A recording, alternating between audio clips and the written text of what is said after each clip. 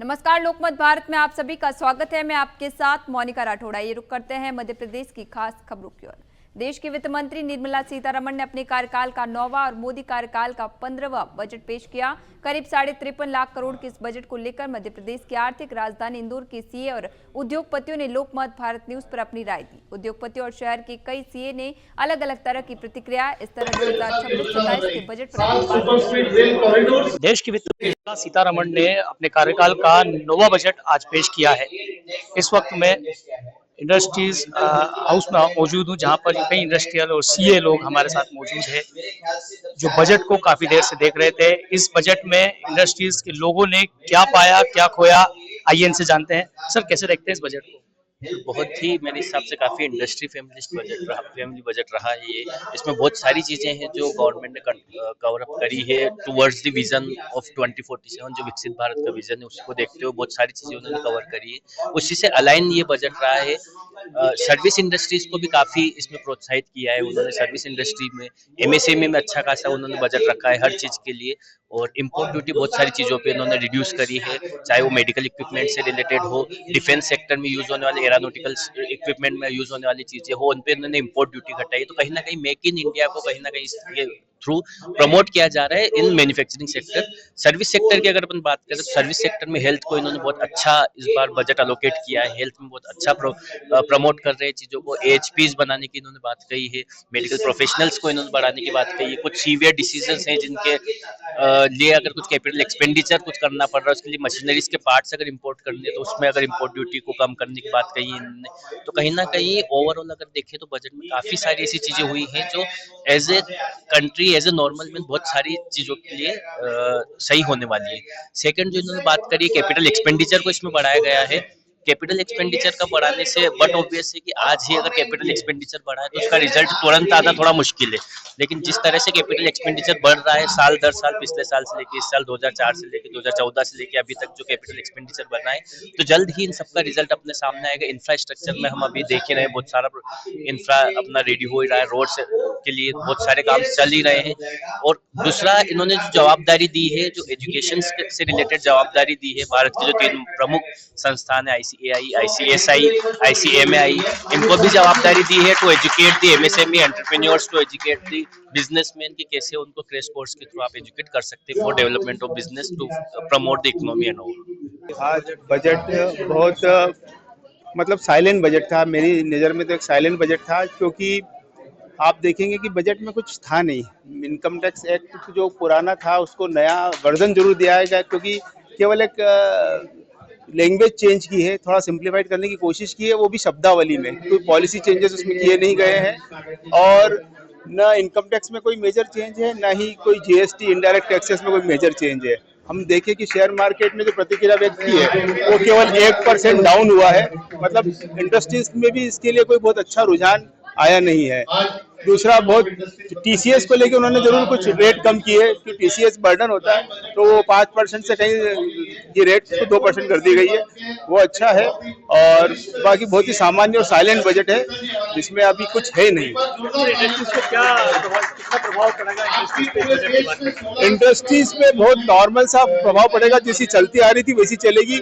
केवल एक बाईबैक को लेकर जरूर जो इंडस्ट्रीज को एक वो था, बाईबैक को थोड़ा उन्होंने मुश्किल कर दिया, उस पर टैक्सेशन बढ़ा दिया है, तो इंडस्ट्रीज के लिए थोड़ा सा मुश्किल का दौर रहेगा, क्योंकि वो बाईबैक करके अपनी कैपिटल को बढ़ाना चाहती थी, तो वो बढ़ा नहीं पाएगी। सर, कारपोरेट टैक्स को लेकर कितनी अपेक्षाएं थी और कितनी पूरी हुई है क्या? कारपोरेट टैक्स के लिए अगर अपन बात करें तो अपेक्षाएं के हिसाब से और मैन्युफैक्चरिंग इंडस्ट्री के हिसाब से बहुत सारी चीजें ऐसी है जो विकसित भारत के लिए ये बजट रहा है, और अपेक्षाएं पूर्ण होगी।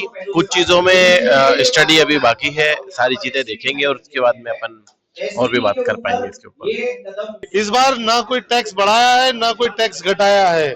इसमें छोटे छोटे जो परेशानियां आती थी टीसीएस और टीडीएस को लेकर, वो सरलीकृत की है। उद्योगों को लेबर के ऊपर जो टीडीएस कटता था वो शुल्क मुक्त कर दिया है, जिससे उद्योग जगत में हर्ष व्याप्त है। आप देखेंगे हर, चाहे वो टीसीएस हो, टीडीएस हो, चाहे इंपोर्ट ड्यूटी हो, सब कहीं ना कहीं रिलेट हो रही है मैन्युफैक्चरिंग को लेकर, सब कहीं ना कहीं रिलेट हो रही है प्रोडक्शन को लेकर, उद्योग को लेकर। तो आज का बजट औद्योगिक बजट कहना मैं इससे ज्यादा कर मुक्त आय की जो सीमा है, उसको लेकर क्या कहते हैं? कर मुक्त आय की सीमा जो यथावत है, जो पिछले वर्ष थी वह इस वर्ष भी है। 1 अप्रैल 2026 से नया इनकम टैक्स रूल शुरू हो जाएगा, सरलीकृत व्यवस्थाएं बनेंगी, इनकम टैक्स रिटर्न्स भरने की नए नए फॉर्म्स आ गए हैं और उद्योगों को भी इसमें काफी लाभ होने वाला है। सर, सोलर ऊर्जा का जिक्र नहीं किया गया है। इसमें रिन्यूएबल एनर्जी को लेकर काफी काम हो चुका है और पहले से जो बजट इस बार आप देखेंगे कि डिपार्टमेंट के अनुसार इन्होंने एलोकेशंस बजट के उसमें वाचन नहीं किया है, लेकिन पूरा बजट पढ़ने के बाद में हमें डिपार्टमेंट वाइज एलोकेशंस भी मिल सकेंगे। मैं समझता हूं कि किसी भी डिपार्टमेंट का कोई बजट कम नहीं हुआ है और बल्कि बढ़ा ही है। जो पिछले वर्ष 48.5 लाख करोड़ का बजट पेश किया था, आज वही बजट 53.5 लाख करोड़ रुपए का है। हमारा जो फिस्कल डिफिशिट है वो 4.4 रहा है, इस फिस्कल डिफिशिट को 4.34 तक ले जाने का 2030 तक का निर्णय हुआ है। हमारा जो डेप्ट टू जीडीपी रेशियो है वो अभी 55% है, जिसे हम कम करके 50% तक डेप्ट टू जीडीपी रेशियो करने का प्लान चल रहा है। तो इन सब बातों में और अगर हम देखेंगे दूसरे देशों में, इंडोनेशिया का डेप्ट टू जीडीपी 300% हो चुका है, अमेरिका का डेप्ट टू जीडीपी रेशियो 300% है। भारत सुरक्षित हाथों में, भारत के ऊपर। बजट को लेकर लगातार हम जो सीएस और इंडस्ट्रियल लोग हैं इनसे अनुभव ले रहे हैं। मैम, क्या कहेंगे? काफी देर से आप लोग बजट को देख रहे हैं, मुस्कुरा भी रहे हैं, कितना अनुकूल है बजट? बजट अनुकूल है, लेकिन कहीं ना कहीं आप शेयर मार्केट की जो बात हो रही है उसमें ना कहीं लोग दुखी हुए हैं, क्योंकि एसटीटी बढ़ा है। आज एसटीटी देखिए बहुत ज्यादा ट्रांजैक्शंस हो रहे हैं शेयर मार्केट में, और गवर्नमेंट में इसको देखते हुए मतलब ट्रांजैक्शन टैक्स बढ़ा दिया है, 0.02 से लेके 0.05 कर दिया है। तो कहीं ना कहीं ये निराशा है। बाकी ओवरऑल आप देखें तो बहुत सारी प्रोविजंस लाए हैं जिसमें डिकैपिटलाइज किए हैं, चाहे वो आयकर को लेके हो, कस्टम्स को लेके हो, बहुत सारी चीजें करी है। तो ओवरऑल देखा जाए तो बजट ठीक है, लेकिन अगर एक मध्यम वर्गीय के हिसाब से देखें तो अभी बजट मतलब नया आयकर अधिनियम आने वाला है, तो उसे हमें देखना चाहिए, उसके बाद में ही हम कोई कमेंट कर पाएंगे मध्यम वर्गीय के लिए। ओवरऑल इंडस्ट्रीज के हिसाब से ठीक है। माननीय वित्त मंत्री जी ने जो बजट पेश किया है वो 2026-27 का है, परंतु उन्होंने ऐसा लग रहा है कि आगामी 5 साल के लिए 2030 तक की बहुत सारी प्लानिंगें करने की कोशिश की है। सबसे बड़ी बात तो ये है कि इन्होंने हर वर्ग को साधने की कोशिश तो की है, परंतु जो उम्मीदें थी बजट से वो इतनी खरी नहीं उतर रही है। एमएसएमई को बढ़ावा देने के लिए कुछ प्रयास किए गए, पर वो मतलब वही ऊँट के मुंह में जीरा जैसा कार्यक्रम हो रहा है। और दूसरा, टेक्सटाइल इंडस्ट्रीज़ में उन्होंने कुछ नए हैंडलूम्स वगैरह को बढ़ावा देने के लिए गाँवों में छोटे छोटे कुटीर उद्योग लगे, उसके लिए कुछ योजनाएं लाने का प्रयास किया है, वो बहुत सार्थक भी है। और दूसरा ये है कि जहाँ उम्मीद थी इनकम टैक्स में कुछ चेंज, हालांकि लास्ट ईयर बहुत सारा छूट दे दी थी, परंतु इस बार जो समस्याएं आ रही थी लोगों को, जो एफडीआर्स पे और इंटरेस्ट पे जो टैक्स लग रहा था, वो उम्मीद कर रहे थे कि उस पर छूट दी जाए, वो नहीं थी। दूसरा, जो हाउस लोन पे जो 2-2.5 लाख रुपए की सैलरी क्लास वालों के लिए एक्स्ट्रा छूट मिलती थी, वो भी कुछ नहीं मिली है, क्योंकि सीधे सीधे वही 10%, 15%, 30% तक की स्लैब जा रही है। तो कहीं ना कहीं जो सैलरी क्लास वाले हैं वो इससे नाखुश होंगे।